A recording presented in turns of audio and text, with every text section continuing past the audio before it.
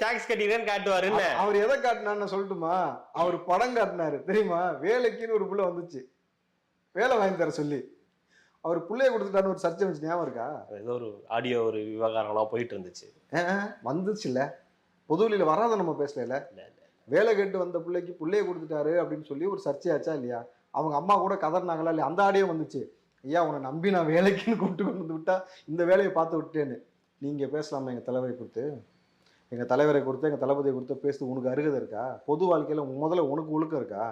இல்ல இல்ல, அரசியல்ல ஏதோ முக்கியமான ஒரு ஆளா நீங்க இருந்தீங்க நம்பி கூப்பிட்டு வந்து விட்டதுக்கு நான் வேலை பார்த்து விட்டுட்டு சாமி என்ன பண்ணீங்க என்ன பண்ணலன்னு கேளுங்க.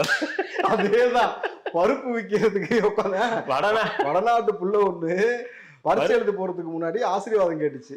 இவன் ஆளு மண்ணை பார்க்க ஒரு விதமா இருக்கவே இவனை சாமியார்னு முடிவு பண்ணிட்டாங்க. அதேதான், கூப்பிட்டு போய் வேற வேலையை பார்த்துட்டு இருக்கின்ற மாதிரி வேலை கேட்டு வந்த பிள்ளைகிட்ட வேலை பார்த்த ஒரு ஆளு நீ எல்லாம் எங்க தலைவரை பத்தி பேசாதீங்க, ஏன்னா நீங்க ரொம்ப டெப்தா போனீங்கன்னாக்கா அதுக்கப்புறம் அதிமுக ஏகப்பட்ட அடி வாங்குற மாதிரி இருக்கும். ஏன்னா இல்ல அவர் இன்னொரு வார்னிங்கும் கொடுத்தாரு. அவர் அந்த பிரஸ் மீட்ல சொன்னதுதான் இது. அதுக்கு முன்னாடி ஒரு மேடையில பேசும்போது விஜய் அதிமுகவை தொட்டால் கெட்டு போவார் அப்படின்னு சொல்லியிருக்காரு. கண்டிப்பாக அவருக்கு வந்து அடி பயங்கரமா விழும். எங்களை வந்து தொட்டா அதே ஜெயக்குமார் கெட்டு போனது நீ தானே?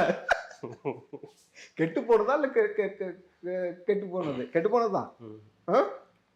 வேலைக்கு ஒரு புள்ள வந்தா என்னென்ன வேலையை பார்த்து விட்டுட்டு எந்த வயசுல பாருங்க, எந்த வயசுல வேணாம். நான் என்ன சொல்றேன், இந்த நுனிச்சேர்ல இருந்து காருக்கு 4 இருக்குமே அதுல இருந்து எல்லாத்தையும் பேச ஆரம்பிச்சிருவாங்க. ஸோ அதிமுக டீசெண்டா நீங்க போனீங்கன்னாக்கா ஓகே.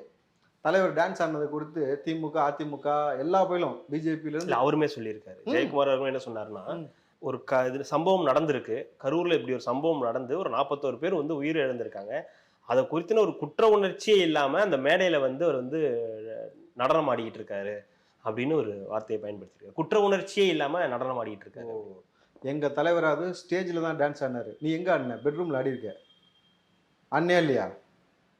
வேலைக்கு வந்த பிள்ளைய கூப்பிட்டு போய் என்னென்ன வேலையை பார்த்த, புள்ள கொடுத்தேன்னு சொல்லி அவங்க அம்மா கதறினதுலேருந்து எல்லா செய்திகள் அடிப்படையில் சொல்கிறோம். நம்மளாம் அதை அளந்து கொள்ள கரெக்டு தானே சார்?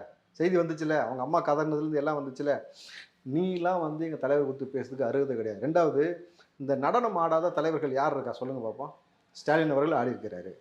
உதயநிதி கேட்கவே வேணாம், தலைவர் லிஸ்ட்டில் இல்லை இருந்தாலும் சொல்கிறேன் சரிதா. உதயநிதி ஆடி இருக்காரு. நம்ம நயினா நாகேந்திரன் சமீபமாக ஆடினாரு. எஸ்பி வேலுமணி ஆடி இருக்காரு. எடப்பாடி ஆடி இருக்காரு. அண்ணா